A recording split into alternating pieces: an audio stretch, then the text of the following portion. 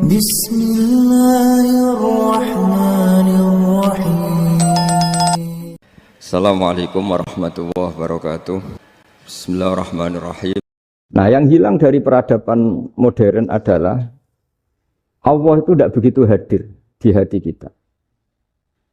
Saya sering cerita di mana-mana, teks hadis itu sebenarnya berbunyi gini, ini hadis sahih. Mangka na yu'minu billahi wal yaumil akhir fal yukrim jarohu. Ada yang fal yukrim jarohu doifahu, ada yang fal yakul khairan aul yasmut. Siapa yang iman dengan Allah dan Rasul maka harus memuliakan tetangganya, memuliakan tamunya. Dulu itu ada seorang ulama dipanggil anak muda, dibully dari sekarang. Wahai kiai, datang ke rumah saya. Datang kiai itu. Setelah sampai ke rumah orang itu, silakan kiai kembali ke rumahnya. Saya tidak butuh kiai. Kiai itu dengan riang kembali. Setelah di rumah dipanggil lagi. Pak Yai, silakan datang ke rumah saya. Datang lagi. Ya senyum-senyum kiainya santai. Wah, nggak jadi butuh Pak Yai. Silakan kembali lagi. Sampai 3 kali. Oh itu kalau rektor digitukan marah itu. Dosen marah. Kiainya santai. Santai, senyum-senyum, rileks. Ketika ditanya, kenapa Pak Yai tidak tersinggung? Jawabannya unik. Anak muda, saya ini senang sekali nuruti perintah Allah, disuruh menghormati tetangga. Sehingga ketika Anda manggil, ya saya datang. Ketika Anda nyuruh pulang, ya saya pulang. Saya senang sekali nyenangkan tonggo. Dan itu perintah Allah, jadi tidak ada hubungannya dengan kamu. Wah, pemudanya nangis minta dimaafin. Kalau kita kan enggak, kita ini dosen, kiai, mungkin kita doktor, mungkin kita profesor. Tapi kita ini sering didikte oleh orang bodoh. Kalau orang bodoh itu jengkel, lo kita ya jengkel. Lo kamu jengkel, dijengkelkan orang bodoh itu namanya terdikte. Itu bodoh apa pinter? Oh itu tidak pinter sama sekali. Kalau betul-betul kamu pinter, hanya bisa didikte oleh Allah Subhanahu wa Ta'ala. Jadi antara hukum Allah apa? Wa ahsin man asa'a ilaika. Berbuatlah baik sama orang yang berbuat buruk sama Anda. Itu dikteannya Allah. Kalau dikteannya orang-orang bodoh, kayak dimangkel ben mangkel, terus kamu mangkel. Itu bodoh apa pinter? Nah, problem kita kekinian adalah wong pinter, wong bodoh, itu bodoh-bodoh bisa didikte oleh sekelilingnya. Terus karuan wataknya perempuan seperti itu, wataknya anak-anak seperti itu, kita didikte. Anak-anak jengkelin kita mangkel, berarti kita didikte oleh orang bodoh. Makanya agama itu unik, kadang ngendikan wa ahsin man asa'a ilaika, kadang wasil man qata'aka, sambunglah orang yang memutus kamu. Karena dengan demikian kita hanya didikte oleh Allah Subhanahu wa Ta'ala, bukan didikte oleh hukum sosial. Cara Jawane nak ngapiki tangga sing apik akeh tunggale. Berbuat baik sama yang berbuat baik pada kita itu, mbok orang fasik ya seperti itu, maling ya seperti itu, sama. Tapi kalau berbuat baik sama orang yang berbuat jelek sama kamu itu baru luar biasa. Dan memang teksnya hadis wa ahsin man asa'a ilaika. Berbuat baiklah sama orang yang berbuat buruk sama kamu. Jadi enggak boleh orang didikte. Makanya ngaji di sini diantaranya saya akan cerita dalam sebuah hadis sahih, dalam hadis hasan yang diriwayatkan Imam Tirmidzi, ada kalimat dari Rasulullah SAW. Dawe Nabi, la takunu imma'atan, taquluna in ahsanan nasu ahsanna, wa in zolamu zolamna. Walakin watti'u anfusakum in ahsanan nasu antuhsinu, wa in asa'u Allah tazlimu. Kamu jangan jadi orang yang mudah diombang-ambingkan oleh orang sekeliling kamu. Yaitu kamu mengatakan, jika orang baik ke saya akan baik, jika orang buruk ke saya juga akan membalas buruk. Itu namanya Anda didikte. Tapi berkomitmenlah kamu akan berbuat baik meskipun orang lain berbuat buruk. Nah sekarang logika sosialnya begini. Kalau di Indonesia itu ada 1000 kiai, ada 1000 profesor yang ingin membenahi Indonesia. Rata-rata orang awam itu semau gue. Terus mereka mendikte kita. Perilakunya enggak simpatik, perilakunya jengkelin. Terus 1000 profesor ini ikut jengkel. Itu kira-kira jadi solusi apa goblok bareng? Sama 1000 kiai ini ikut jengkel, ini jadi solusi apa goblok bareng? Goblok bareng. Nah problem sekarang kita ini biasa didikte orang bodoh. Nah makanya ciri khas orang muslim itu kata Nabi, mangkana yu'minu billahi wal yaumil akhir. Jadi baik tetangga karena perintahnya Allah dan Rasul. Pentingnya apa? Bedanya karena berbuat baik ini perintahnya Allah, mbok tonggo apik lagi tetap apik karena perintahnya Allah dan Rasul. Begitu juga dengan hubungan dengan istri, dengan anak. Mbok bojomu lagi cerewet lah ya tetap apik. Karena dengan cara itu kita hanya tunduk kepada Allah dan Rasul. Tapi kalau kamu istri saya kalau baik ya saya baik, kalau enggak ya enggak. Berarti Anda didikte oleh perilakunya dia. Itu latihan, ya kalau dalam bahasa pondok, latihan jadi wali itu yang paling berat. Nabi itu kalau sama orang munafik itu sabarnya Masya Allah. Padahal Nabi berso kalau orang itu orang munafik. Karena dengan cara seperti itu, bahwa kebaikan Nabi pada seseorang itu atas perintahnya Allah dan Rasul, bukan atas nama servis. Kalau Nabi hanya baik kepada Abu Bakar, itu mungkin orang bilang, wis adune wong Abu Bakar baik sama Nabi.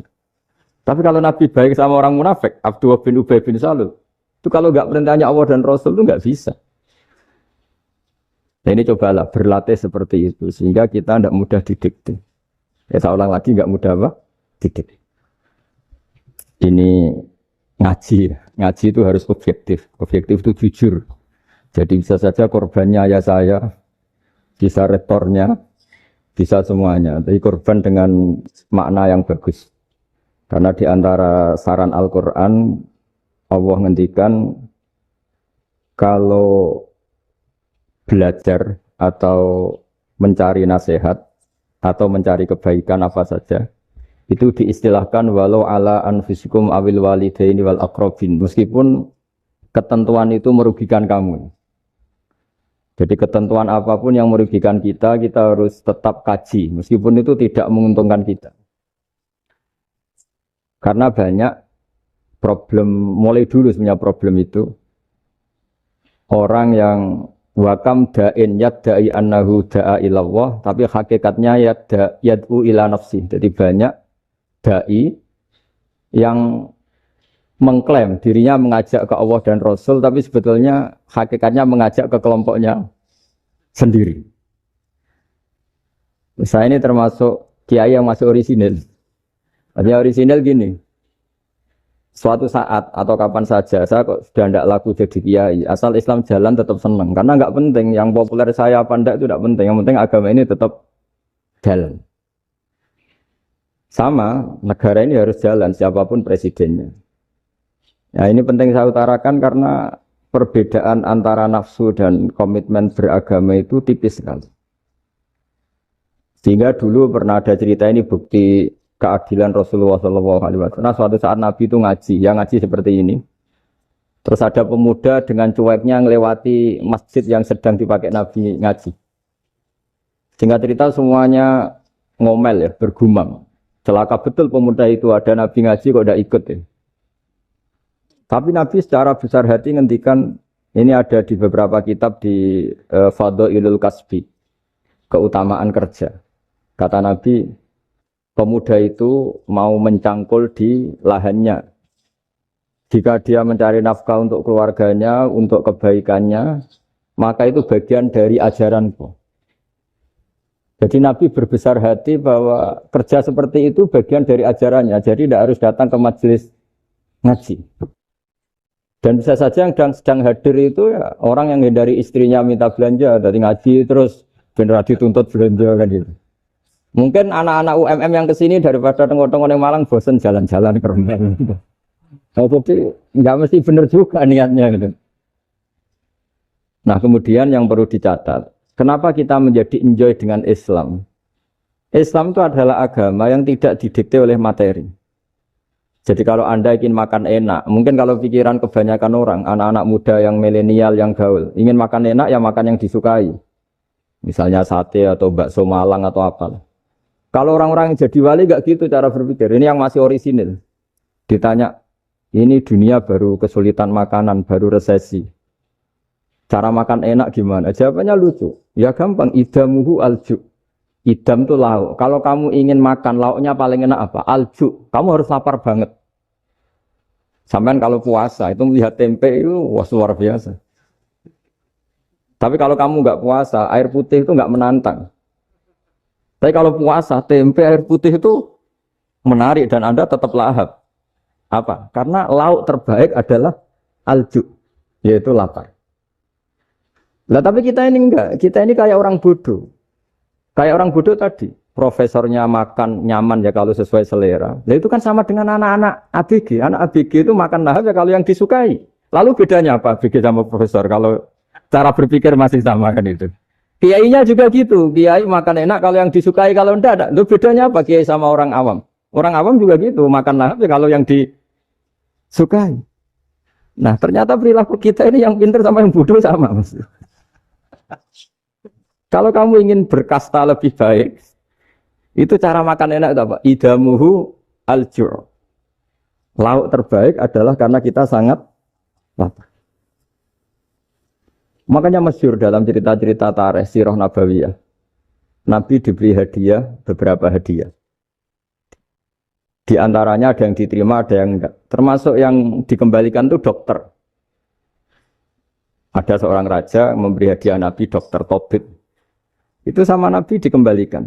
Karena dokter ini sudah lama kumpul Nabi itu enggak pernah sakit. Akhirnya dokter ini putus asa, ini enggak perlu diobatin. Ketika ditanya, kenapa ya Rasulullah engkau enggak pernah sakit? Karena kita ini kaum, kita ini komunitas masyarakat yang tidak akan makan kecuali lapar. Dan kalau sudah makan, berhenti sebelum kenyang. Jadi sederhana sekali pengobatan zaman itu. Sebagian besar penyakit itu pasti disebabkan kita ceroboh dalam hal makan. Sudah ngerti kalau durian masalah, kalau makan durian enggak kehitung gitu. Apalagi kalau gratisan itu tambah banyak gitu. Pola tidur juga gitu, kata Nabi. Dan kita tidak tidur kalau tidak sangat ngantuk. Nah, itu namanya orang-orang soleh yang sudah ada didikte materi. Kalau yang didikte materi kan bisa tidur nyenyak kalau kasurnya enak, AC gini-gini. Sebenarnya enggak, tidur enak itu ya kalau sangat ngantuk. Mbok di gudang, mbok di bis, kalau sangat ngantuk ya semuanya ya enak. Sama, mbok lapar, mbok hanya tempe, tapi kalau sangat lapar itu ya enak. Nah ini ilmu yang mulai hilang, ilmu-ilmu yang mulai hilang. Nah ini pentingnya ngaji ya. Jadi akhirnya ulama-ulama Indonesia itu dipakai rujukan. Jadi mulai Mbah Hasyim, Mbah Ahmad Dahlan sampai era buyut-buyut itu masih orang alim.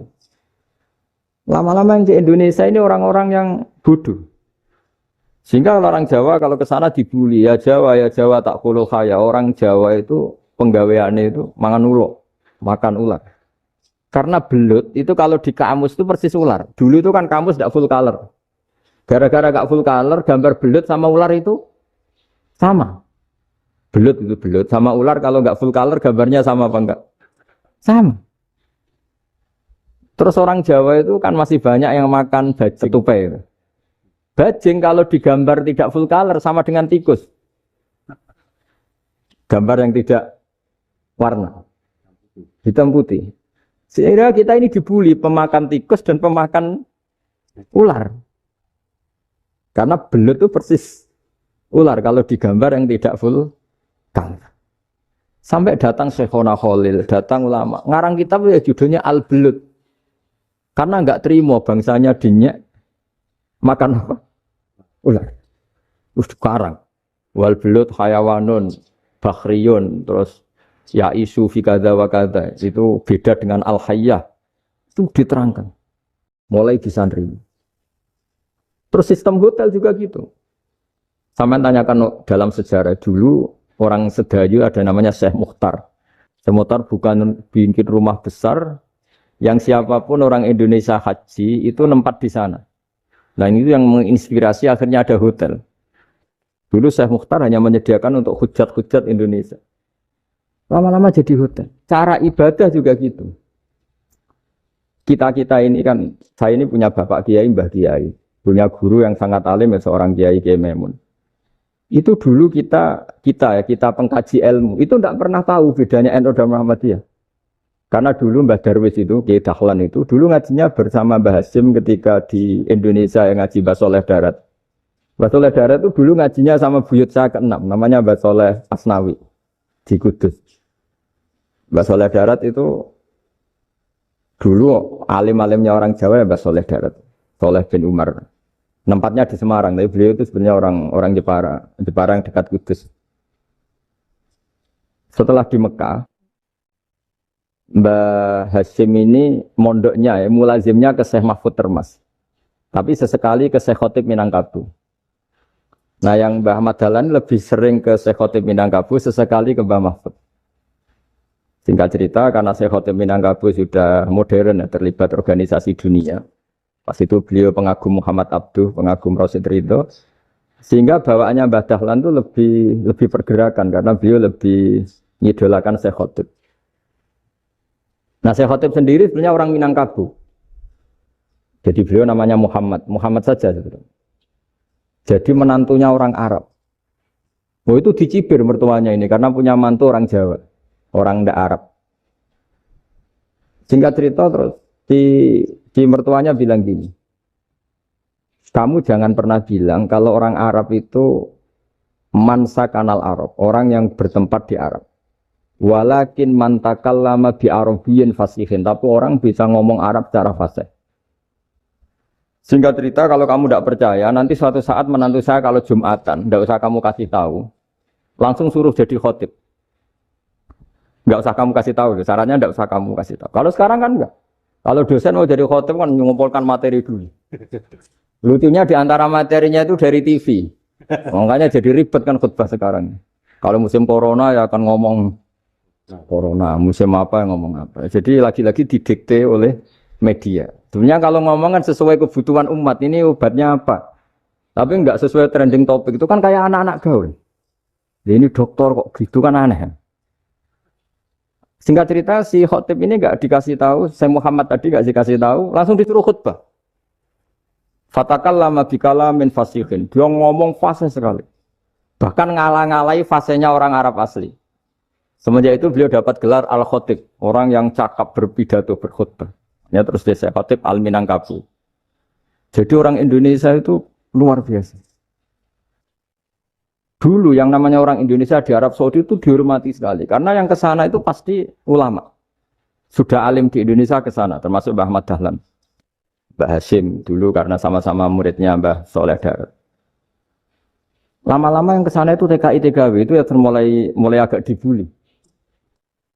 Dulu Syekh Nawawi di antara ijtihad yang dihormati itu beliau mengkritik nyuwun sewu orang yang kan orang biasanya normalnya kan muji orang mati syahid. Hebat orang mati syahid itu hebat gini. Oke, kita sepakat orang mati syahid itu hebat. Tapi kata Imam Nawawi dengan syarat niatnya itu li'ila'i kalimatillah dan itu bawaan takdir. Saya ulang lagi itu bawaan takdir, harus mati di medan perang. Tapi tidak boleh seseorang ini niat perang tapi niatnya supaya syahid. Karena kalau begitu berarti dia berniat supaya menjadi maktulal kafir, orang yang dibunuh orang kafir. Kedua, dengan dia mati berarti pasukan Islam berkurang. Berarti dia ingin pasukan berkurang, hanya ambisinya dia ingin langsung ke surga. Misalnya pasukan orang Islam itu 10, orang kafir 10. Kalau kamu ingin syahid berarti mati 1 kan, tinggal 9 kan. Nah kalau yang seperti itu 10 kan mati semua. Gara-gara ingin syahid akhirnya perang rapati tenanan, benang mati, benang lebu. Kata Syekh Nawawi, ya enggak. Kalau kamu perang sama orang kafir ya niat menang. Dengan niat menang ini kamu ingin li'ila'i kalimatillah. Tapi kalau kamu ingin syahid, berarti kamu menuruti keinginan nafsu kamu yang cepat masuk surga. Itu orang Arab kagumnya bukan main. Karena di mana-mana orang itu dinilai dari niatnya. Paham ini ya? Tapi perang loh ya, dalam kondisi perang, bukan teroris. Perang itu artinya orang kafir yang ingin bunuh kita, itu perang namanya apa? Perang. Dulu orang cerita syahid itu hanya pokoknya syahid itu hebat, pokoknya syahid itu hebat. Syahid di medan perang itu hebat, pokoknya syahid di medan perang hebat. Tapi ketika Syekh Nawawi memberi penjelasan ilmiah, jika kamu perang ingin cepat mati, ingin cepat syahid, artinya ini untuk pemenuhan diri kamu, karena kamu bayangkan langsung masuk surga. Kamu lupa bahwa dengan kamu dibunuh, kekuatan Islam berkurang. Akhirnya beliau memberi penjelasan, syahid itu bagus, itu sebagai takdir. Hanya takdir itu kita perang yang ingin menang, tapi takdirnya mati. Jangan dibalik, oleh perang rapati tenanan, benang mati, namun lebu. Itu yang pertama, terus ulama yang pertama memberi penjelasan itu Syekh Nawawi. Akhirnya melahirkan kekaguman yang luar biasa dengan tafsir Munirnya itu. Terus beliau itu orang yang rileks kalau menjelaskan ilmu. Ini ya juga guru-gurunya Mbah Hasyim, Mbah Guru sama Mbah Hasyim, sama Mbah Ahmad Dahlan Senawawi. Jadi dulu yang alim di Arab itu ada Senawawi, ada Syekh Khotib Minangkabau, ada Syekh Bakir Jogja, ada Syekh Mahfud Termas. Itu orang Indonesia banyak sekali yang alim. Bahkan di antaranya yang dikagumi Al-Azhar itu juga orang Indonesia, nama Syekh Abdul Manan, itu mbahnya Syekh Mahfud Termas. Itu pertama ada duta besar Indonesia di Mesir, itu termasuk barokahnya Mbak Abdul Manan tadi, itu juga orang Indonesia. Jadi pemahaman ulama Indonesia itu khas, termasuk ketika memaknai apa? Syahid. Ketika memaknai apa? Syahid. Itu unik. Ketika Senawawi diuji dulu itu yang namanya ulama diuji dulu oleh 100 ulama. Jadi dulu ya ada kompetisi. Imam Bukhari diakui jadi ahli hadis itu diuji oleh mi'atu muhaddisin, 100 orang ahli hadis. Sanad dibolak-balik, matanya dibolak-balik. Tapi beliau tetap bisa mengembalikan proporsi sanad itu. Senawawi pernah diuji gini. Ayul afdol al ulama awis salatin. Keren mana ulama sama raja atau sama orang-orang kaya, sama penguasa? Ya keren ulama. Dibully sama orang. Tapi setahu saya banyak ulama yang antri di rumahnya raja. Tapi saya tidak tahu melihat raja antri di rumahnya ulama. Kan kebanyakan kan mungkin ustadz atau kiai yang antri ngajukan proposal kan. Kan enggak. Nah kalau raja kan enggak pati itu. Malah enggak usah antri. Kiainya sudah nyambut sebelum datang. Jawabannya lucu Senawawi itu. Dan yang tanya itu langsung diam. Ya karena ulama itu tahu fungsinya uang. Sehingga cara nyari sampai seperti itu. Sementara raja-raja itu tidak tahu fungsinya ilmu, makanya tidak pernah sowan ulama. Sehingga, jadi ya dianggap enteng saja. Ulama kan tahu fungsinya uang, tahu untuk pondok, tahu masjid. Sementara raja tidak tahu fungsinya ilmu. Jadi itu khas Jawa ya, khas Jawa, khas Indonesia. Apa-apa yang menurut orang banyak dengan tanda kutip itu buruk atau baik, itu orang Jawa menafsirkan tuh gampang saja. Sehingga semenjak itu Jawa itu dipandang betul. Saya punya kitab namanya Qadhayal Haji wal Umrah. Itu terbitan Hayatul Ulya Arab Saudi, milik Wahabi. Itu diantara fatwa yang dipakai untuk solusi muskilatul haji, problem-problem haji kekinian. Itu fatwanya syekh-syekh yang dari Indonesia. Termasuk Syekh Khotib Minangkabau, Syekh Nawawi Banten, Syekh Bakir Nur Jogja. Misalnya begini, dalam fatwa-fatwa yang menyulitkan kita ya, sampai sekarang jadi perdebatan. Ketika Sofa dan Marwah itu dengan batas tertentu, saya ulang lagi dengan batas tertentu. Mau tidak mau atas nama kebutuhan, itu kan butuh perluasan. Karena kalau naik turun itu mudah disepakati ulama. Jadi misalnya gini ya, saya punya tanah seluas ini. Pasti orang akan mengatakan sampai bawah ya tanah saya, sampai atas tanah saya. Itu mujma' alaih, itu disepakati. Sehingga Nabi ngendikan al-Ka'bah min tuhumil ardi ilas sama Ka'batun. Ka'bah sampai ujung bumi, sampai ke aras semuanya Ka'bah. Sehingga tidak ada perdebatan ulama ketika Masjid Haram ditingkat, kemudian yang di atas sholat. Tetap dia menghadap Ka'bah. Tidak harus dulu melihat di bawah, enggak. Karena Ka'bah sampai langit, sama, tanah Anda kamu tingkat sampai 10, enggak ada tetangga protes. Karena bawah sampai atas tanah Anda. Tapi kalau diperluas, tanah Anda kamu luaskan setengah meter saja atau 3 cm saja, iso geger mbek tonggo. Karena di mana-mana batas itu ya tadi. Kalau atas bawah miliknya, kalau samping enggak. Pertanyaannya, perluasan Mina itu ke samping. Perluasannya Matof yang Mas'a itu juga ke samping. Geger kan ulama dunia. Bagaimana hukumnya Mina Jadid? Mina yang diperbarui atau Mina yang diperluas. Itu diantara rujukan baik yang membolehkan maupun yang menentang. Itu ya syekh-syekh Indonesia. Itu orisinal tuh. Saya punya kitab orisinal terbitan Hayatul Ulya, kira-kira ya kemenaknya Arab Saudi kalau di Indonesia itu. Itu yang dirujuk Dawei Senawawi, Dawei Syekh Khotib Minangkabau. Karena apa? Ada logika khas Jawa. Misalnya begini. Meskipun saya tidak perlu fatwa Mina jadid sah apa enggak, memang jadi perkhilafan ulama. Misalnya kampung ini dinamai Mina. Pertanyaannya gini, tanah yang di samping ini bisa milik Anda apa enggak? Ya bisa Gus kalau dibeli atau dihibahkan. Berarti tanah di samping Anda menjadi milik Anda karena ada proses pengambil alian lewat beli maupun hibah. Nah masalahnya ini negara itu berhak menganeksasi atau memasukkan ini sebagai Mina. Itu ulama Jawa kalau ditanya, alasannya apa? Fa'innal muttasila bisek hukmu dzalika syek. Karena yang gantet, yang mutasil itu bisa dihukumi seperti sesuatu itu. Jadi kalau ini Mina, ya yang gantet Mina ini ya bisa dikatakan Mina. Beda dengan membuat Mina Malang Mina, wah itu tidak bisa, tidak mutasil kan? Itu enteng sekali ulama Jawa. Satu ya tentu karena kebutuhan, tapi asal masih al-muttasilu bihi, yang masih tanah yang masih mutasil. Nah, ketika perluasan antara sofa dan marwah kan misalnya ini batas luasnya sofa, ini batas luasnya marwah. Lalu atas nama kebutuhan, sofa marwah itu sampai sini. Sampai agak meluas ke sini. Itu geger Arab Saudi. Wah, ini gimana?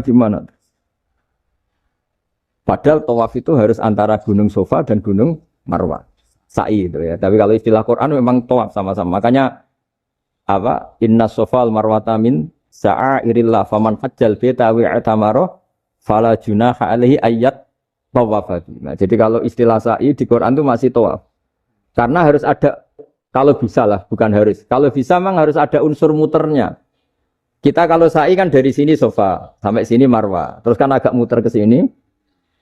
Nah, kan agak membentuk lingkar, makanya Quran tetap mengistilahkan apa? Tawaf. Jadi bukan sini ke sini, terus sini ke sini kan enggak, tapi sini sampai sini, terus muter kan, terus sini. Jadi antara setar dan selama ini prakteknya kan gitu ya. Sofa ngambil sini, terus ke sini, terus agak muter. Nah, karena ada unsur agak muter ini, terus orang menyebut apa? Tawaf. Tapi itu bukan syarat sah, ini cerita ideal. Saya ulang lagi ya. Gunung Sofa itu puncaknya atau pucuknya kalau dalam bahasa Jawa. Itu ya hanya segini, ini sampai sini. Nah, kelompok Islam yang fikih keras nggak boleh diperluas. Karena Allah memilih tempat ini itu spesial, jadi nggak boleh ke yang lain. Tapi ketika kebutuhan mendesak, mau tidak mau harus diperluas. Itu jawabnya Kiai Jawa lucu. Gunung sing ketok iku sing dhuwure tok. Sikilane luwih ombo. Berarti karena kita kan gunung kan bentuknya gini. Nah, sofa yang kecil itu yang atasnya, tapi sikilannya sini kakinya lebih luas. Jadi boleh perluasan asal tidak melebihi kakinya. Ya dihitung ya lebih luas. Jadi Kiai Jawa itu kayak wong delok gunung Penanggungan, kayak gunung Arjuna. Di mana-mana puncak gunung itu lebih kecil timbang kakinya. Artinya diperluas ini bukan berarti tidak di sofa dan tidak di itu khas Kiai Jawa. Jadi jangan kira orang Jawa itu udah hebat sekali. Termasuk perkembangan hotel di Arab Saudi. Itu dulu sebelum ada hotel. Buyut saya kelima atau keenam dulu haji namanya Badur Rahman. Itu kalau mau ingin apa ya? Menghindari terik matahari itu masuk gua. Itu masuk gua itu hanya separuh badan, kakinya di luar. Jadi jangan bayangkan kalau gua di Indonesia kayak gua Akbar di Tuban orang bisa masuk jalan-jalan, enggak. Gua di Arab tuh kayak cepitan batu tidak sampai masuk. Sehingga kepalanya dimasukkan, kakinya masih kena matahari. Saking panasnya Arab Saudi. Sehingga dalam bayangan hijrah ketika Nabi bersembunyi di gua apa? Sur. Itu kata Abu Bakar, kalau orang kafir melihat kakinya, pasti melihat kita, karena nggak bisa masuk penuh. Jadi orang itu mau dempes tok. Sehingga ya kira-kira luasnya gua ya paling segini. Makanya guyonannya kiai-kiai itu, untung nggak kayak gua Indonesia. Kalau kayak gua Indonesia, laba-labanya capek, karena luas kan. Jadi jangan bayangkan gua Arab tuh kayak gua Indonesia. Makanya bayangannya, andai kan orang itu melihat ke bawah, pasti melihat kita, karena orangnya nggak bisa masuk penuh. Nggak bisa masuk 100%. Ya kayak cepitan batu lah mirip. Itu kan mirip Gunung Uhud. Gunung Uhud kata Rasulullah nanti kalau kamu perang itu di atas, menang atau kalah di atas. Musuh biar di bawah. Dengan di atas kamu bisa mana? Jangan bayangkan kayak Gunung Merapi, kayak Gunung Penanggungan. Lah kalau Gunung Penanggungan mana ke bawah yang layang kan? Jadi gunung di Arab itu kayak bukit. Ya sampean pernah kan ke Uhud itu ya sama ini aja tinggi ini kan? Nah ini yang ada, mulai ada mis. Makanya nerjemah itu susah di Indonesia. Karena jabal itu udah harus tinggi. Kalau tinggi nggak bisa mana dari atas ke bawah kan nggak ngefek kan? Sampean kalau ke Uhud gunungnya pendek sekali sehingga yang mana dari atas ke bawah ya kalau kena musuh ya celaka karena memang dekat. Ya kalau gunung Indonesia mana dari atas ke bawah yang layang nggak ngefek. Nah itu susahnya nerjemah bahasa Arab ke kita. Jadi apa ya?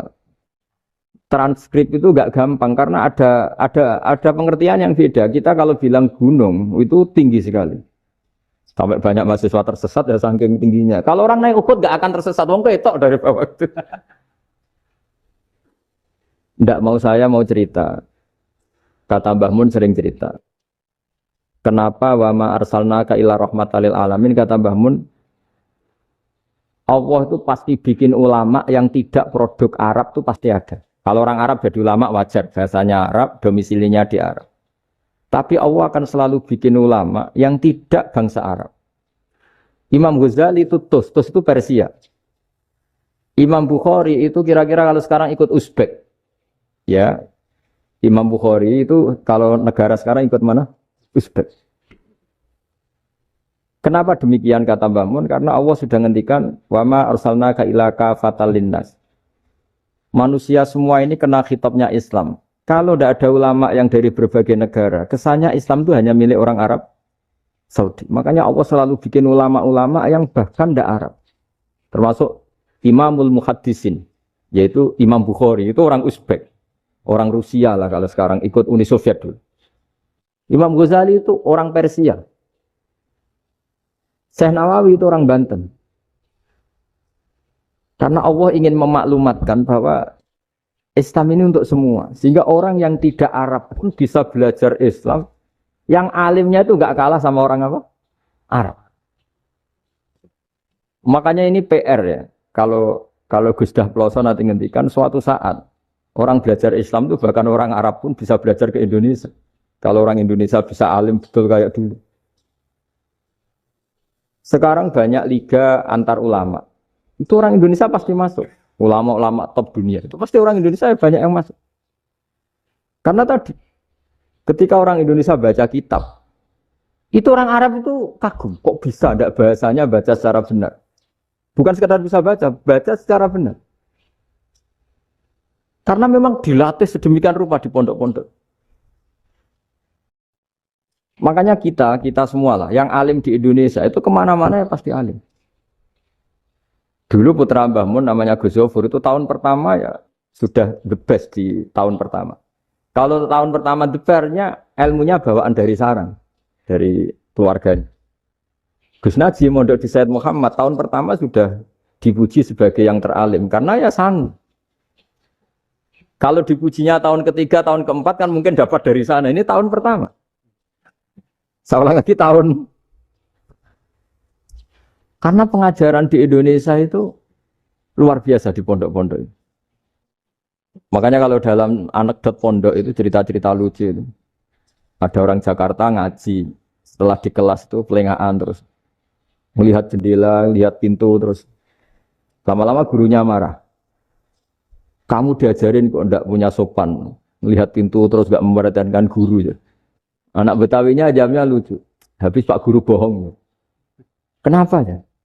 Kamu Pak Guru bilang Ja'a Zaidun, Zaid datang. Tak lihat enggak ada yang datang. Setelah itu contoh nasab kan ro'a itu Zaidan. Saya melihat Zaid. Saya enggak melihat Zaid.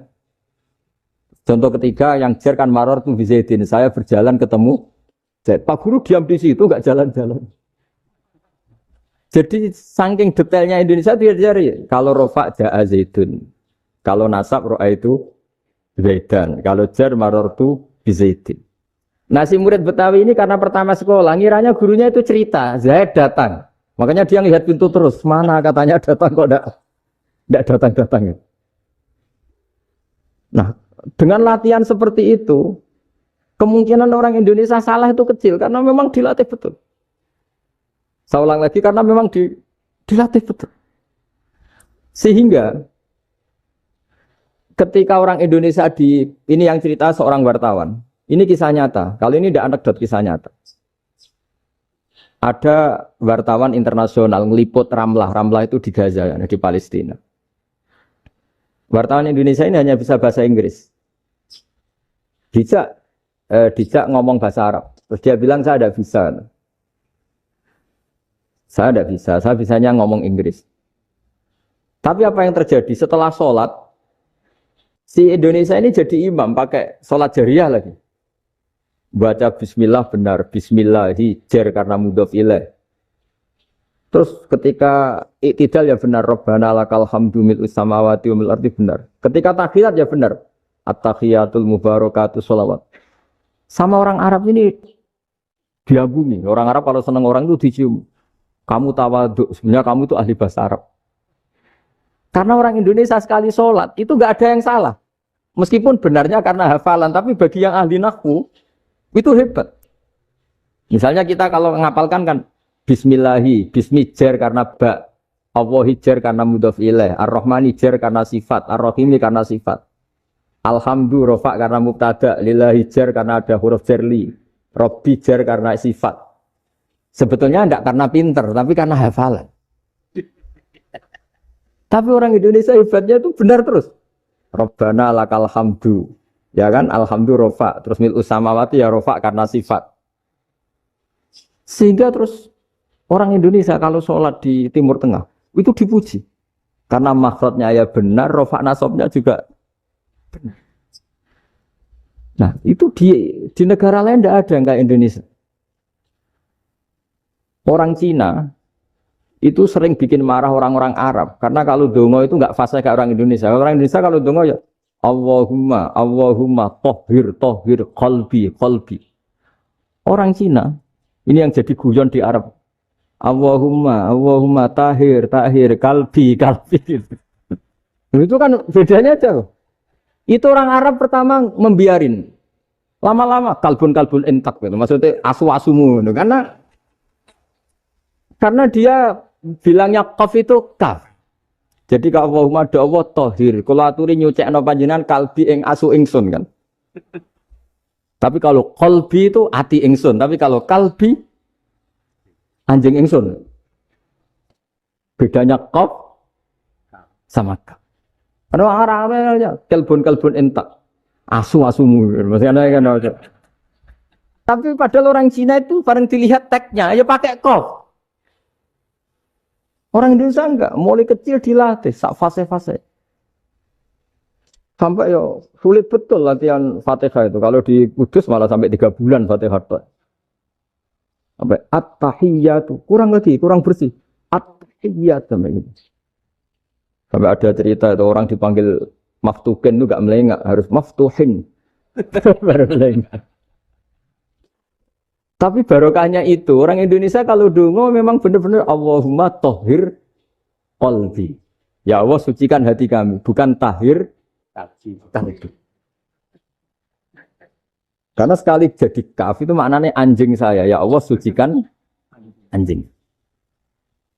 Jadi ini orang Indonesia. Jadi kata Mbah Mun, dawe Mbah Mun, illaka fatal linnas, bahwa agama ini milik semuanya. Itu diantara bukti Allah menghendaki atau mendesain Islam seperti ini, orang yang belajar di Indonesia itu pengetahuannya Islam, pengetahuannya tentang Islam itu tidak kalah sama yang belajar di Al-Azhar, sama yang belajar di Arab Saudi. Makanya ini PR-nya UMM, PR-nya IAIN, PR-nya UIN. Bisa enggak sealim mereka dalam bahasa Arab? Nah, bahasa Arabnya man anta, ana zaidun. Jangan sampai, karena kita di sana ini kadang dibully. Orang Arab tuh kalau bully kita, sampai tak kasih cerita. Oh, itu ngawurnya Masya Allah. Kata dia, ada anak orang Indonesia haji. Si anaknya orang Indonesia dijotos sama anaknya orang Arab. dijotos, dipukul. Singkat cerita terus si orang Indonesia nggak terima, anaknya yang orang Arab dipukul. Yang balas bapaknya. Orang Arab tanya, lima ada dorobta ibni, kenapa kamu mukul anak saya? Itu orang Indonesia baca, wah anakku gila. Jadi hanya bilang gitu. Artinya anak saya dihada ya maka tak ada. Arabnya gitu. Anak saya dipukul maka saya balas mukul. Itu orang Arab mantuk oh gitu. Paham? Nah, yang hilang dari peradaban modern adalah Allah itu tidak begitu hadir di hati kita. Saya sering cerita di mana-mana, teks hadis itu sebenarnya berbunyi gini, ini hadis sahih. Mangka na yu'minu billahi wal yaumil akhir fal yukrim jarohu. Ada yang fal yukrim jarohu doifahu, ada yang fal yakul khairan aw yasmut. Siapa yang iman dengan Allah dan Rasul maka harus memuliakan tetangganya, memuliakan tamunya. Dulu itu ada seorang ulama dipanggil anak muda, dibully dari sekarang. Wahai kiai, datang ke rumah saya. Datang kiai itu. Setelah sampai ke rumah orang itu, silakan kiai kembali ke rumahnya. Saya tidak butuh kiai. Kiai itu dengan riang kembali. Setelah di rumah dipanggil lagi. Pak Yai, silakan datang ke rumah saya. Datang lagi. Ya senyum-senyum kiainya santai. Wah, nggak jadi butuh Pak Yai. Silakan kembali lagi. Sampai 3 kali. Oh itu kalau rektor digitukan marah itu. Dosen marah. Kiainya santai. Santai, senyum-senyum, rileks. Ketika ditanya, kenapa Pak Yai tidak tersinggung? Jawabannya unik. Anak muda, saya ini senang sekali nuruti perintah Allah, disuruh menghormati tetangga. Sehingga ketika Anda manggil, ya saya datang. Ketika Anda nyuruh pulang, ya saya pulang. Saya senang sekali nyenangkan tonggo. Dan itu perintah Allah, jadi tidak ada hubungannya dengan kamu. Wah, pemudanya nangis minta dimaafin. Kalau kita kan enggak, kita ini dosen, kiai, mungkin kita doktor, mungkin kita profesor. Tapi kita ini sering didikte oleh orang bodoh. Kalau orang bodoh itu jengkel, lo kita ya jengkel. Lo kamu jengkel, dijengkelkan orang bodoh itu namanya terdikte. Itu bodoh apa pinter? Oh itu tidak pinter sama sekali. Kalau betul-betul kamu pinter, hanya bisa didikte oleh Allah Subhanahu wa Ta'ala. Jadi antara hukum Allah apa? Wa ahsin man asa'a ilaika. Berbuatlah baik sama orang yang berbuat buruk sama Anda. Itu dikteannya Allah. Kalau dikteannya orang-orang bodoh, kayak dimangkel ben mangkel. Terus kamu mangkel. Itu bodoh apa pinter? Nah, problem kita kekinian adalah wong pinter, wong bodoh. Itu bodoh-bodoh bisa didikte oleh sekelilingnya. Terus karuan wataknya perempuan seperti itu. Wataknya anak-anak seperti itu. Kita didikte. Anak-anak jengkelin kita mangkel. Berarti kita didikte oleh orang bodoh. Makanya agama itu unik. Kadang ngendikan wa ahsin man asa'a ilaika. Kadang wasil man qata'aka. Sambunglah orang yang memutus kamu. Karena dengan demikian kita hanya didikte oleh Allah Subhanahu wa Ta'ala. Bukan didikte oleh hukum sosial.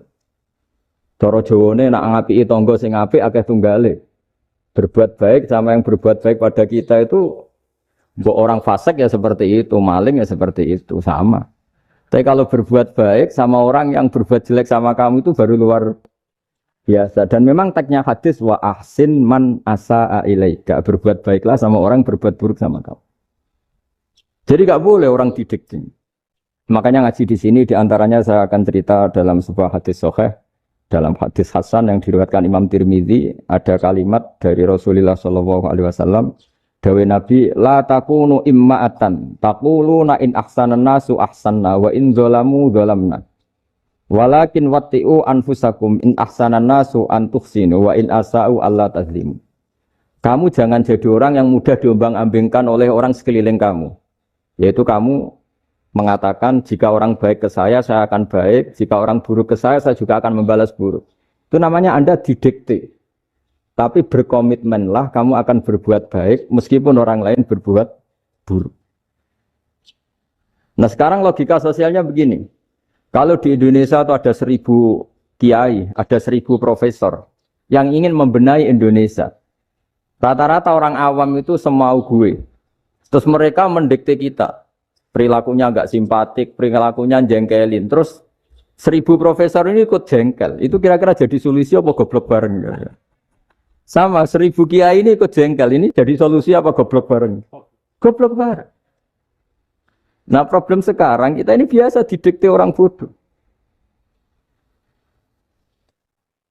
Nah makanya ciri khas orang muslim itu kata Nabi mangkana yu'minu billahi wal yaumil akhir. Jadi baik tetangga karena perintahnya Allah dan Rasul. Pentingnya apa? Bedanya karena berbuat baik ini perintahnya Allah, mbok tonggo apik lah kita tetap apik karena perintahnya Allah dan Rasul. Begitu juga dengan hubungan dengan istri, dengan anak. Mbok bojomu lagi cerewet lah ya tetap apik. Karena dengan cara itu kita hanya tunduk kepada Allah dan Rasul. Tapi kalau kamu istri saya kalau baik ya saya baik, kalau enggak ya enggak. Berarti Anda didikte oleh perilakunya dia. Itu latihan, ya kalau dalam bahasa pondok, latihan jadi wali itu yang paling berat. Nabi itu kalau sama orang munafik itu sabarnya Masya Allah. Padahal Nabi berso kalau orang itu orang munafik. Karena dengan cara seperti itu, bahwa kebaikan Nabi pada seseorang itu atas perintahnya Allah dan Rasul, bukan atas nama servis. Kalau Nabi hanya baik kepada Abu Bakar, itu mungkin orang bilang, wis adune wong Abu Bakar baik sama Nabi. Tapi kalau Nabi baik sama orang munafik, Abdullah bin Ubay bin Salul, itu kalau nggak perintahnya Allah dan Rasul itu nggak bisa. Nah ini cobalah berlatih seperti itu, sehingga kita tidak mudah didikte. Ya saya ulang lagi, nggak mudah apa? Didikte. Ini ngaji itu harus objektif. Objektif itu jujur. Jadi bisa saja korbannya ayah saya, bisa rektornya, bisa semuanya. Tapi korban dengan makna yang bagus. Karena di antara saran Al-Quran, Allah ngendikan kalau belajar atau mencari nasihat atau mencari kebaikan apa saja, itu diistilahkan walau ala anfusikum awil walidaini wal aqrabin. Meskipun ketentuan itu merugikan kamu. Jadi ketentuan apapun yang merugikan kita, kita harus tetap kaji. Meskipun itu tidak menguntungkan kita. Karena banyak problem, mulai dulu sebenarnya problem itu. Orang yang wakam da'in yadda'i annahu da'a ilallah, tapi hakikatnya yad'u ila nafsi. Jadi banyak da'i yang mengklaim dirinya mengajak ke Allah dan Rasul, tapi sebetulnya hakikatnya mengajak ke kelompoknya sendiri. Saya ini termasuk kiai yang masih orisinil. Artinya orisinil gini, suatu saat atau kapan saja saya kok sudah tidak laku jadi kiai, asal Islam jalan tetap senang. Karena nggak penting yang populer saya apa enggak itu tidak penting. Yang penting agama ini tetap jalan. Sama, negara ini harus jalan siapapun presidennya. Ya ini penting saya utarakan karena perbedaan antara nafsu dan komitmen beragama itu tipis sekali. Sehingga dulu pernah ada cerita ini bukti keadilan Rasulullah SAW. Nah suatu saat Nabi itu ngaji, yang ngaji seperti ini. Terus ada pemuda dengan cueknya ngelewati masjid yang sedang dipakai Nabi ngaji. Singkat cerita semuanya ngomel ya, bergumam. Celaka betul pemuda itu, ada Nabi ngaji kok tidak ikut ya. Tapi Nabi secara besar hati ngendikan, ini ada di beberapa kitab di Fadhailul Kasbi, keutamaan kerja. Kata Nabi, pemuda itu mau mencangkul di lahannya. Jika dia mencari nafkah untuk keluarganya, untuk kebaikannya, maka itu bagian dari ajaranku. Jadi Nabi berbesar hati bahwa kerja seperti itu bagian dari ajarannya. Jadi tidak harus datang ke majelis ngaji.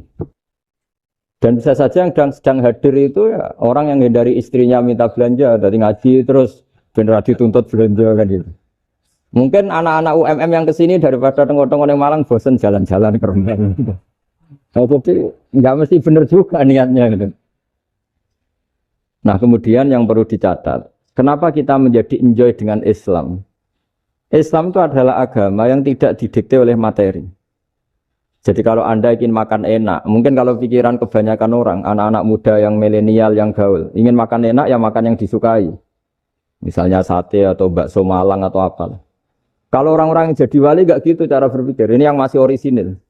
Ditanya, ini dunia baru kesulitan makanan, baru resesi. Cara makan enak gimana? Jawabannya lucu. Ya gampang, idamuhu alju. Idam itu lauk. Kalau kamu ingin makan lauknya paling enak apa? Alju. Kamu harus lapar banget. Sampai kalau puasa itu melihat tempe itu wah luar biasa. Tapi kalau kamu nggak puasa, air putih itu nggak menantang. Tapi kalau puasa, tempe air putih itu menarik dan Anda tetap lahap. Apa? Karena lauk terbaik adalah alju, yaitu lapar. Lah tapi kita ini enggak, kita ini kayak orang bodoh. Kayak orang bodoh tadi, profesornya makan nyaman ya kalau sesuai selera. Nah itu kan sama dengan anak-anak ABG. Anak ABG itu makan lahap ya kalau yang disukai. Lalu bedanya apa ABG sama profesor? Kalau cara berpikir masih sama kan itu. Kiainya juga gitu. Kiai makan enak kalau yang disukai, kalau enggak. Lalu bedanya apa kiai sama orang awam? Orang awam juga gitu, makan lahap ya kalau yang disukai. Nah ternyata perilaku kita ini yang pintar sama yang bodoh sama. Kalau kamu ingin berkasta lebih baik, itu cara makan enak itu apa? Idamuhu al-jur. Lauk terbaik adalah karena kita sangat lapar. Makanya masyhur dalam cerita-cerita tarikh sirah nabawiyah. Nabi diberi hadiah, beberapa hadiah. Di antaranya ada yang diterima, ada yang enggak. Termasuk yang dikembalikan itu dokter. Ada seorang raja memberi hadiah Nabi dokter Tobit. Itu sama Nabi dikembalikan.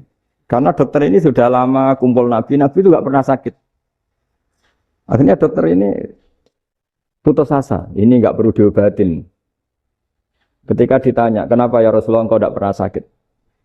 Karena kita ini kaum, kita ini komunitas masyarakat yang tidak akan makan kecuali lapar. Dan kalau sudah makan, berhenti sebelum kenyang. Jadi sederhana sekali pengobatan zaman Nabi.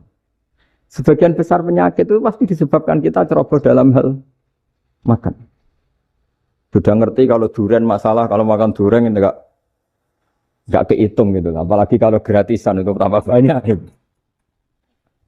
Pola tidur juga gitu, kata Nabi. Dan kita tidak tidur kalau tidak sangat ngantuk.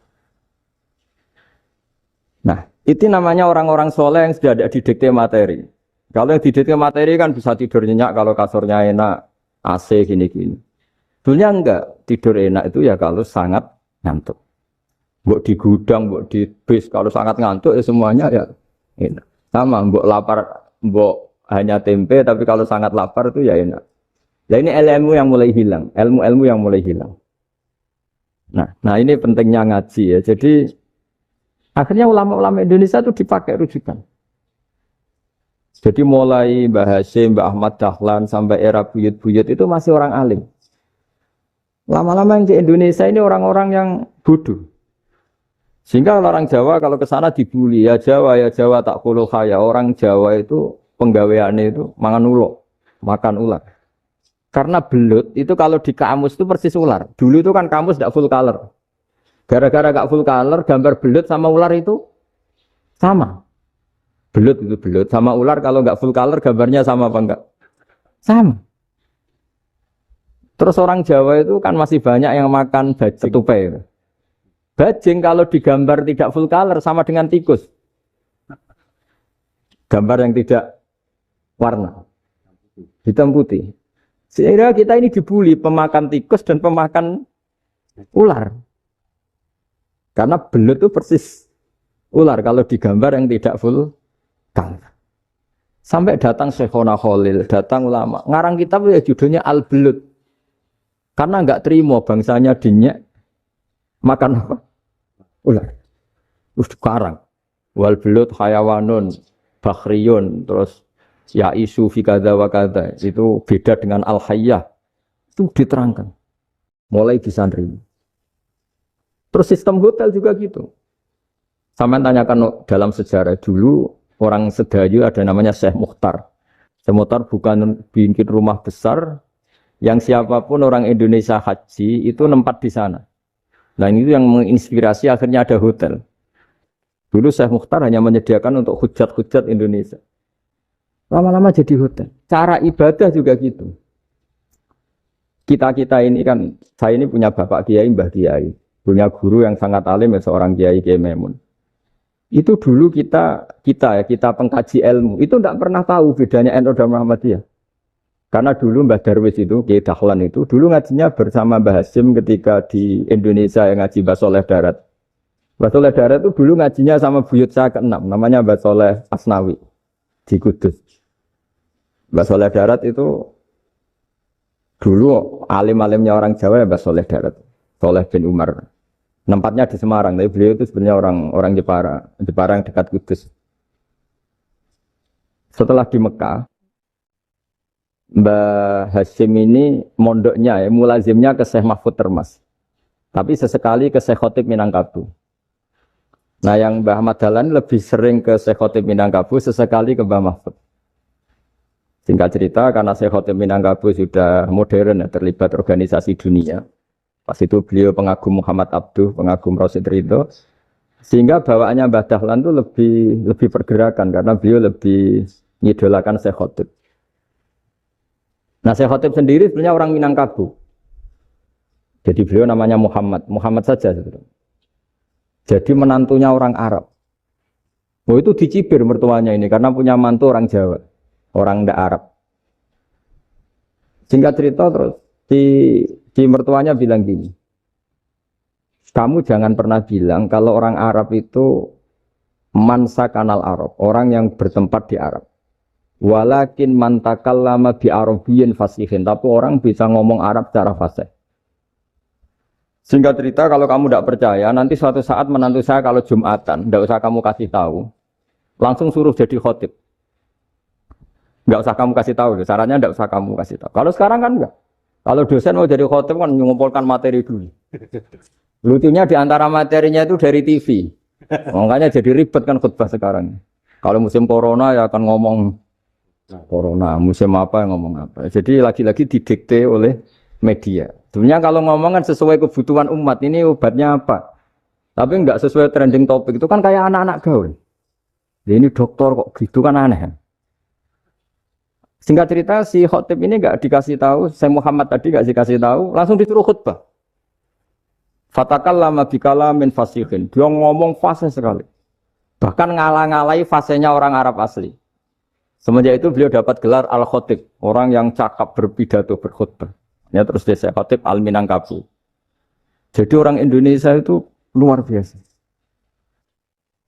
Dulu yang namanya orang Indonesia di Arab Saudi itu dihormati sekali. Karena yang ke sana itu pasti ulama. Sudah alim di Indonesia ke sana, termasuk Mbah Ahmad Dahlan. Mbah Hashim dulu karena sama-sama muridnya Mbah Soleh Darat. Lama-lama yang ke sana itu TKI TKW itu ya mulai agak dibully. Dulu Syekh Nawawi di antara ijtihad yang dihormati itu beliau mengkritik nyuwun sewu orang yang kan orang biasanya normalnya kan muji orang mati syahid. Hebat orang mati syahid itu hebat gini. Oke, kita sepakat orang mati syahid itu hebat. Tapi kata Imam Nawawi dengan syarat niatnya itu li'ila'i kalimatillah dan itu bawaan takdir. Saya ulang lagi, itu bawaan takdir, harus mati di medan perang. Tapi tidak boleh seseorang ini niat perang tapi niatnya supaya syahid. Karena kalau begitu berarti dia berniat supaya menjadi maktulal kafir, orang yang dibunuh orang kafir. Kedua, dengan dia mati berarti pasukan Islam berkurang. Berarti dia ingin pasukan berkurang, hanya ambisinya dia ingin langsung ke surga. Misalnya pasukan orang Islam itu 10, orang kafir 10. Kalau kamu ingin syahid berarti mati 1 kan, tinggal 9 kan. Nah kalau yang seperti itu 10 kan mati semua. Gara-gara ingin syahid akhirnya perangi rapati tenanan, benang mati, benang lebu. Kata Syekh Nawawi, ya enggak. Kalau kamu perang sama orang kafir ya niat menang.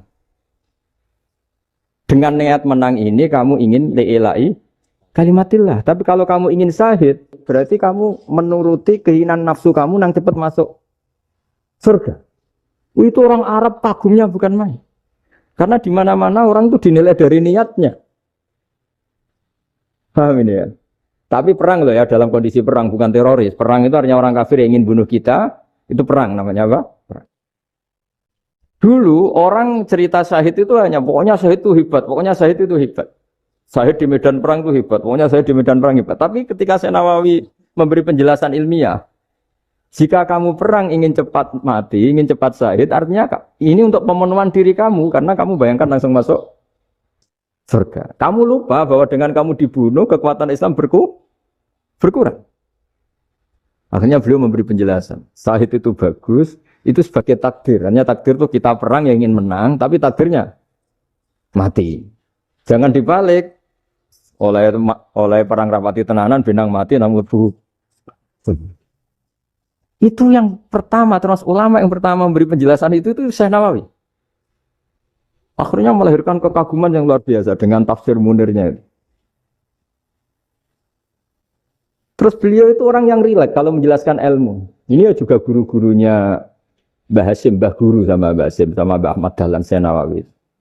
Jadi dulu yang alim di Arab itu ada Syekh Nawawi, ada Syekh Khotob Minangkabau, ada Syekh Bakir Jogja, ada Syekh Mahfud Termas. Itu orang Indonesia banyak sekali yang alim. Bahkan di antaranya yang dikagumi Al-Azhar itu juga orang Indonesia, nama Syekh Abdul Manan, itu mbahnya Syekh Mahfud Termas. Itu pertama ada duta besar Indonesia di Mesir, itu termasuk barokahnya Mbak Abdul Manan tadi, itu juga orang Indonesia. Jadi pemahaman ulama Indonesia itu khas. Termasuk ketika memaknai apa? Syahid. Ketika memaknai apa? Syahid. Itu unik. Ketika Syekh Nawawi diuji dulu itu yang namanya ulama diuji dulu oleh 100 ulama. Jadi dulu ya ada kompetisi. Imam Bukhari diakui jadi ahli hadis itu diuji oleh mi'atu muhaddisin, 100 orang ahli hadis. Sanad dibolak-balik, matanya dibolak-balik, tapi beliau tetap bisa mengembalikan proporsi sanad itu. Syekh Nawawi pernah diuji gini. Ayul afdol al ulama awis salatin.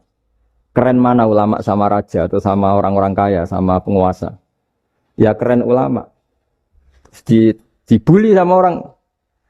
Tapi setahu saya banyak ulama yang antri di rumahnya raja. Tapi saya tidak tahu melihat raja antri di rumahnya ulama. Kan kebanyakan kan mungkin ustadz atau kiai yang antri ngajukan proposal kan. Kan enggak. Nah kalau raja kan enggak pati itu. Malah enggak usah antri. Kiainya sudah nyambut sebelum datang. Jawabannya lucu Syekh Nawawi itu. Dan yang tanya itu langsung diem. Ya karena ulama itu tahu fungsinya uang. Sehingga cara nyari sampai seperti itu. Sementara raja-raja itu tidak tahu fungsinya ilmu. Makanya tidak pernah sowan ulama. Sehingga jadi ya dianggap enteng saja. Ulama kan tahu fungsinya uang. Tahu untuk pondok, tahu masjid. Sementara raja tidak tahu fungsinya ilmu. Jadi itu khas Jawa ya. Khas Jawa, khas Indonesia. Apa-apa yang menurut orang banyak dengan tanda kutip itu buruk atau baik. Itu orang Jawa menafsirkan tuh gampang saja. Sehingga semenjak itu Jawa itu dipandang betul. Saya punya kitab namanya Qadhayal Haji wal Umrah. Itu terbitan Hayatul Ulya Arab Saudi, milik Wahabi. Itu diantara fatwa yang dipakai untuk solusi muskilatul haji, problem-problem haji kekinian. Itu fatwanya syekh-syekh yang dari Indonesia. Termasuk Syekh Khotob Minangkabau, Syekh Nawawi Banten, Syekh Bakir Nur Jogja. Misalnya begini, dalam fatwa-fatwa yang menyulitkan kita ya, sampai sekarang jadi perdebatan. Ketika Safa dan Marwah itu dengan batas tertentu, saya ulang lagi dengan batas tertentu. Mau tidak mau atas nama kebutuhan, itu kan butuh perluasan. Karena kalau naik turun itu mudah disepakati ulama. Jadi misalnya gini ya, saya punya tanah seluas ini. Pasti orang akan mengatakan sampai bawah ya tanah saya, sampai atas tanah saya. Itu mujma'alah itu disepakati. Sehingga Nabi ngendikan al-Ka'bah min tuhumil ardi ilas sama Ka'batun. Ka'bah sampai ujung bumi sampai ke aras semuanya Ka'bah. Sehingga tidak ada perdebatan ulama ketika Masjid Haram ditingkat, kemudian yang di atas sholat. Tetap dia menghadap Ka'bah. Tidak harus diluk melihat di bawah, enggak. Karena Ka'bah sampai langit. Sama, tanah Anda kamu tingkat sampai 10, enggak ada tetangga protes. Karena bawah sampai atas tanah Anda. Tapi kalau diperluas, tanah Anda kamu luaskan setengah meter saja atau 3 cm saja, iso geger mbek tonggo. Karena di mana-mana batas itu ya tadi. Kalau atas bawah miliknya, kalau samping enggak. Pertanyaannya, perluasan Mina itu ke samping. Perluasannya Matof yang Mas'a itu juga ke samping. Geger kan ulama dunia. Bagaimana hukumnya Mina Jadid? Mina yang diperbarui atau Mina yang diperluas. Itu diantara rujukan baik yang membolehkan maupun yang menentang. Itu ya syekh-syekh Indonesia. Itu orisinal tuh. Saya punya kitab orisinal terbitan Hayatul Ulya, kira-kira ya kemenaknya Arab Saudi kalau di Indonesia itu. Itu yang dirujuk Dawei Syekh Nawawi, Dawei Syekh Khatib Minangkabau. Karena apa? Ada logika khas Jawa. Misalnya begini. Meskipun saya tidak perlu fatwa Mina jadid sah apa enggak, memang jadi perkhilafan ulama. Misalnya kampung ini dinamai Mina. Pertanyaannya gini, tanah yang di samping ini bisa milik Anda apa enggak? Ya bisa Gus kalau dibeli atau dihibahkan. Berarti tanah di samping Anda menjadi milik Anda karena ada proses pengambil alian lewat beli maupun hibah. Nah masalahnya ini negara itu berhak menganeksasi atau memasukkan ini sebagai Mina. Itu ulama Jawa kalau ditanya, alasannya apa? Fa'innal muttasila bisek hukmu dzalika syek. Karena yang gantet, yang mutasil itu bisa dihukumi seperti sesuatu itu. Jadi kalau ini Mina, ya yang gantet Mina ini ya bisa dikatakan Mina. Beda dengan membuat Mina, Malang Mina, wah itu tidak bisa, tidak mutasil kan. Itu enteng sekali ulama Jawa. Satu ya tentu karena kebutuhan, tapi asal masih al-muttasilu bihi, yang masih tanah yang masih mutasil. Nah, ketika perluasan antara sofa dan marwah kan misalnya ini batas luasnya sofa, ini batas luasnya marwah. Lalu atas nama kebutuhan, sofa marwah itu sampai sini. Sampai agak meluas ke sini. Itu geger Arab Saudi. Wah, ini gimana? Padahal tawaf itu harus antara gunung Sofa dan gunung Marwah. Sa'i itu ya. Tapi kalau istilah Quran memang tawaf sama-sama. Makanya apa? Inna Sofal Marwata min sa'airillah faman hajjal baita wa i'tamara fala junaha alaihi ayat tawafati. Nah, jadi kalau istilah sa'i di Quran itu masih tawaf. Karena harus ada, kalau bisa lah, bukan harus. Kalau bisa memang harus ada unsur muternya. Kita kalau sa'i kan dari sini Sofa sampai sini Marwah. Terus kan agak muter ke sini. Nah, kan agak membentuk lingkar, nah, makanya Quran tetap mengistilahkan apa? Tawaf. Jadi bukan sini ke sini, terus sini ke sini kan enggak, tapi sini sampai sini, terus muter kan, terus sini. Jadi antara setar dan selama ini prakteknya kan gitu ya. Sofa ngambil sini, terus ke sini, terus agak muter. Nah, karena ada unsur agak muter ini, terus orang menyebut apa? Tawaf. Tapi itu bukan syarat sah, ini cerita ideal.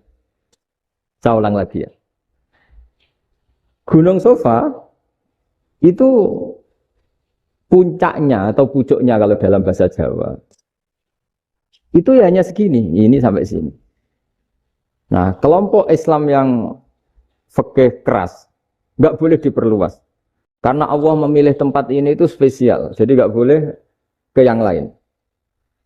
Tapi ketika kebutuhan mendesak, mau tidak mau harus diperluas. Itu jawabnya Kiai Jawa lucu. Gunung sing ketok iku sing dhuwure tok. Sikilane luwih ombo. Berarti kan gunung kan bentuknya gini. Nah, sofa yang kecil itu yang atasnya, tapi sikilannya sini kakinya lebih luas. Jadi boleh perluasan asal tidak melebihi kakinya. Ya dihitung ya lebih luas. Jadi Kiai Jawa itu kayak wong delok gunung Penanggungan, kayak gunung Arjuna. Di mana-mana puncak gunung itu lebih kecil timbang kakinya. Artinya diperluas ini bukan berarti tidak di sofa dan tidak di itu khas Kiai Jawa. Jadi jangan kira orang Jawa itu udah hebat sekali. Termasuk perkembangan hotel di Arab Saudi. Itu dulu sebelum ada hotel. Buyut saya kelima atau keenam dulu haji namanya Badur Rahman. Itu kalau mau ingin apa ya? Menghindari terik matahari itu masuk gua. Itu masuk gua itu hanya separuh badan, kakinya di luar. Jadi jangan bayangkan kalau gua di Indonesia kayak gua Akbar di Tuban orang bisa masuk jalan-jalan, enggak. Gua di Arab itu kayak cepitan batu tidak sampai masuk. Sehingga kepalanya dimasukkan, kakinya masih kena matahari. Saking panasnya Arab Saudi. Sehingga dalam bayangan hijrah ketika Nabi bersembunyi di gua apa? Sur. Itu kata Abu Bakar, kalau orang kafir melihat kakinya, pasti melihat kita, karena nggak bisa masuk penuh. Jadi orang itu mau dempes tok. Sehingga ya kira-kira luasnya gua paling segini. Makanya guyonannya kiai-kiai itu untung nggak kayak gua Indonesia. Kalau kayak gua Indonesia laba-labanya capek karena luas kan. Jadi jangan bayangkan gua Arab tuh kayak gua Indonesia. Makanya bayangannya, andai kan orang tuh melihat ke bawah pasti melihat kita karena orangnya nggak bisa masuk penuh, nggak bisa masuk 100%. Ya kayak cepitan batu lah mirip.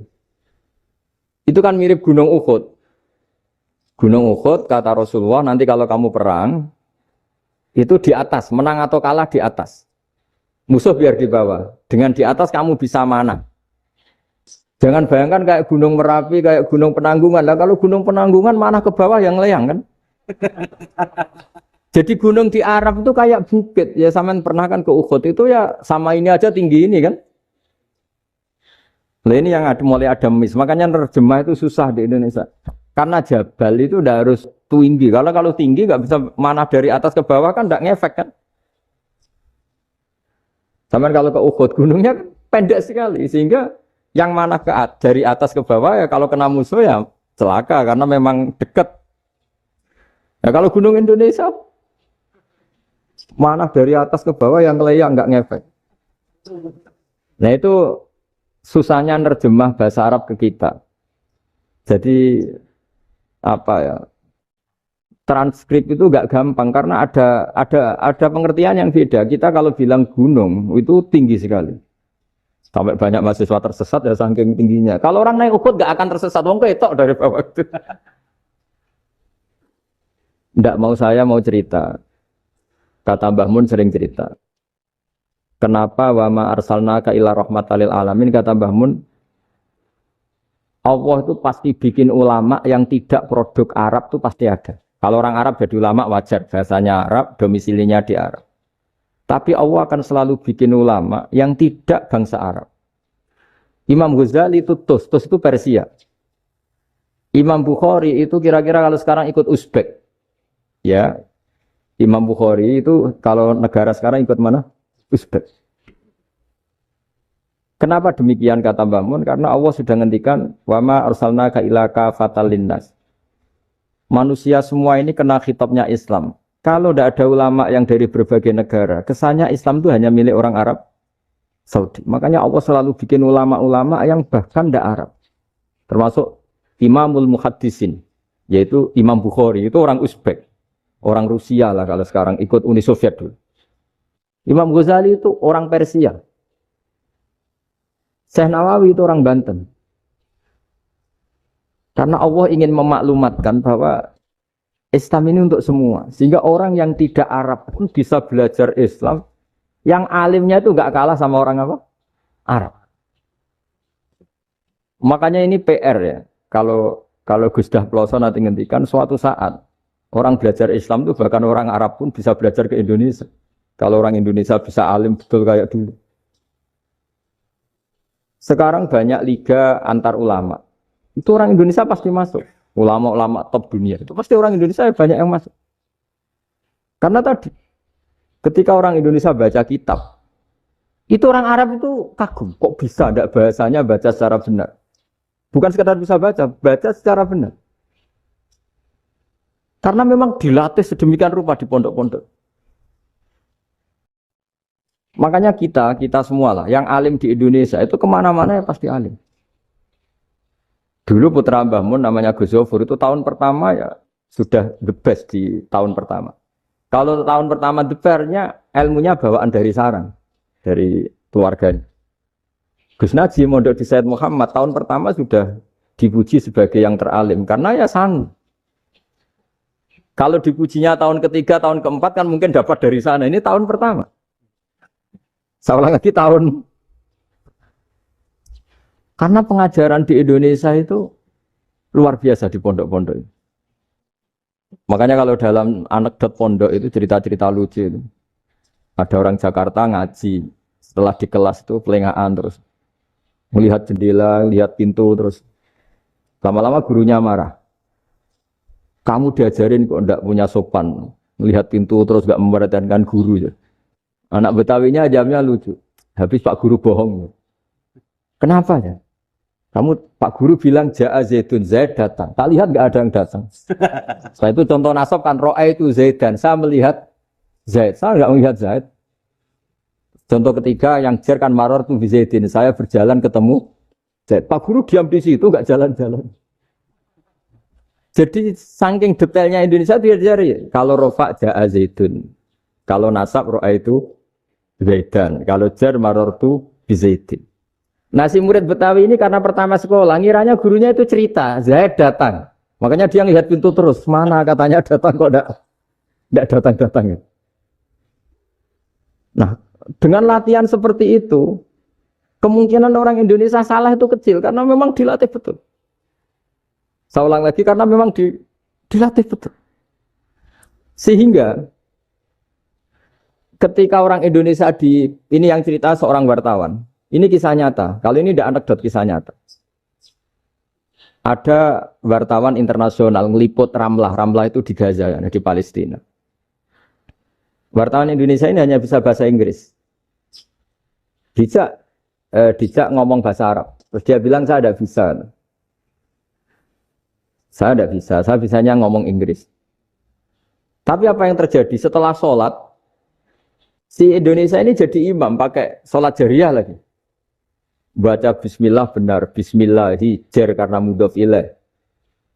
Terus ketika iktidal ya benar, Rabbana lakal hamdu mil'us samawati wa mil'ul ardi benar. Ketika tahiyat ya benar, at-tahiyatul mubarakatuh sholawat. Sama orang Arab ini diagumi. Orang Arab kalau senang orang itu dicium. Kamu tawaduk, sebenarnya kamu itu ahli bahasa Arab. Karena orang Indonesia sekali sholat itu nggak ada yang salah. Meskipun benarnya karena hafalan, tapi bagi yang ahli nahwu itu hebat. Misalnya kita kalau ngapalkan kan bismillahi, bismijar karena ba, Allahi jar karena mudhof ilaih, ar-rahmani jar karena sifat, ar-rahimi karena sifat. Alhamdu rofa karena mubtada, lillahi jar karena ada huruf jarli, robbi jar karena sifat. Sebetulnya tidak karena pinter, tapi karena hafalan. Tapi orang Indonesia hebatnya itu benar terus. Rabbana lakal hamdu. Ya kan, alhamdu rofa, terus mil'us samawati ya rofa karena sifat. Sehingga terus orang Indonesia kalau sholat di Timur Tengah itu dipuji. Karena makhrajnya ya benar, rofa nasabnya juga benar. Nah itu di negara lain tidak ada yang kayak Indonesia. Orang Cina itu sering bikin marah orang-orang Arab. Karena kalau dongo itu nggak fasih kayak orang Indonesia. Orang Indonesia kalau dongo ya Allahumma tohhir qalbi. Orang Cina ini yang jadi guyon di Arab. Allahumma tahir qalbi. Itu kan bedanya jauh. Itu orang Arab pertama membiarin. Lama-lama kalbun entak gitu. Maksudnya asu-asumu gitu. Karena dia bilangnya qaf itu kaf. Jadi kalau Allahumma do Allah tohir, kalau aturi nyucekno panjenengan kalbi ing asu ingsun kan. Tapi kalau qalbi itu ati ingsun, tapi kalau kalbi anjing ingsun. Bedanya qaf sama kaf. Karena orang-orangnya kalbun entak, asu-asumu, maksudnya kan. Tapi padahal orang Cina itu bareng dilihat teksnya, ya pakai qaf. Orang Indonesia enggak, mulai kecil dilatih, sak fase-fase.